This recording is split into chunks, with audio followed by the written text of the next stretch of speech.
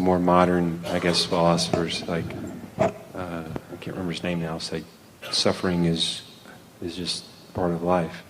So, who's saying this?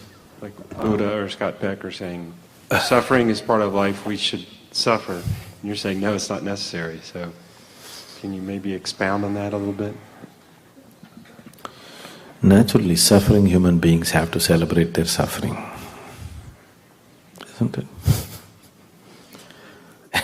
What else do they have? Buddha did not say, life is suffering. He's trying to tell you there's a way to live beyond suffering, isn't it? He's telling you right now, most people are existing in such a way that life is suffering. But the very reason why he's teaching you something is to tell you that there's another way to live, isn't it? Isn't it so?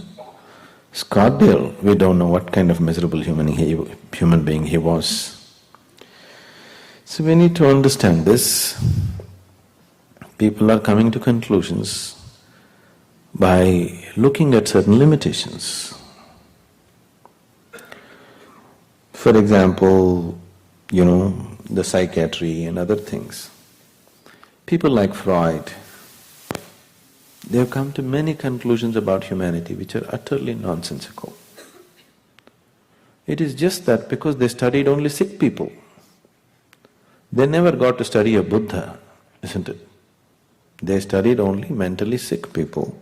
With that they're making conclusions about whole humanity. It's not so.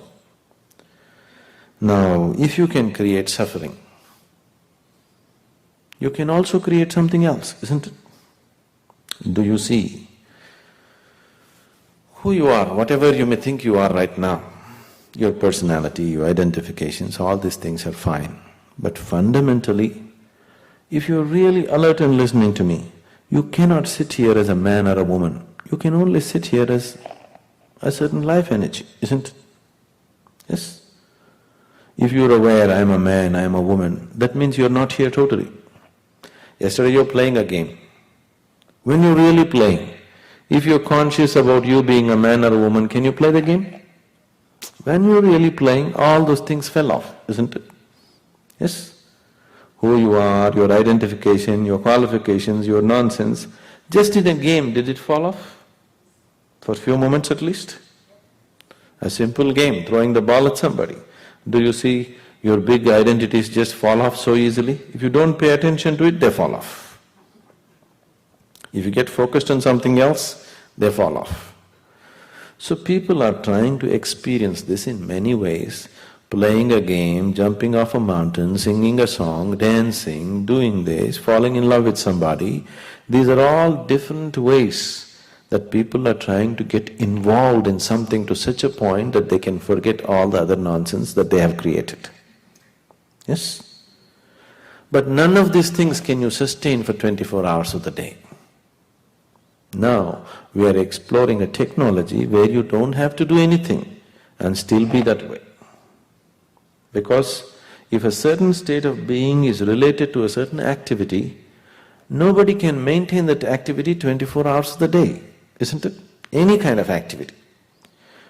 Whether it is playing or singing or dancing or music or love or meditation, you cannot manage it for 24 hours of the day. It's not possible, not practical, isn't it?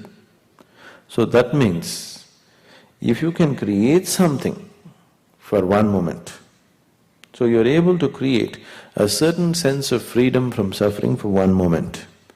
If you create one moment, can't you create one more moment? Can't you create one more? One more and one more and one more? That's the way you create your life. Fortunately, moments don't come at you in bunches, they're coming only one at a time, isn't it? Are they coming in bunches? Only one at a time. If you know how to make this moment blissful, you can live blissfully, isn't it?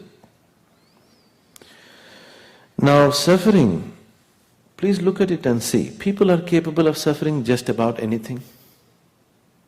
Is it so? People are suffering their well-being, people are suffering their illness, people are suffering loneliness, people are suffering togetherness. Is it so?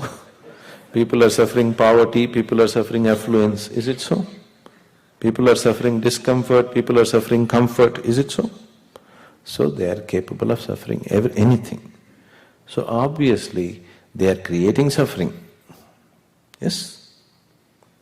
If you look at yourself, this life energy which you call as myself sometimes has been very blissful. Has it been joyful and blissful at certain times? Sometimes it's been absolute turmoil, sometimes peaceful, sometimes agony, sometimes ecstasy. Has it gone through all this?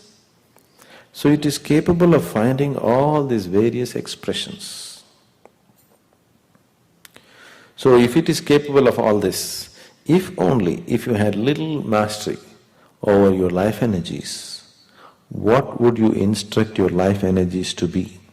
Misery or joy? Joy. So people who have no control over their systems, they're talking suffering is inevitable. No. Suffering is not inevitable. Suffering is self-created. If you are aware, if you take your body into control, if you just have little mastery over your body, at least 15 to 25, 30% of your life and destiny will be in your hands. Please see. Just your body, physical mastery. Is it so?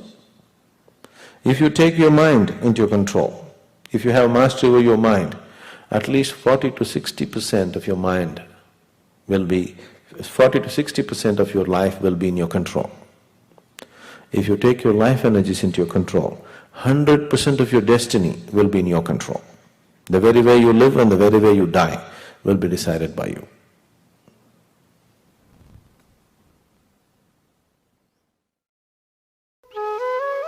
For more on Sadhguru, visit www.ishafoundation.org.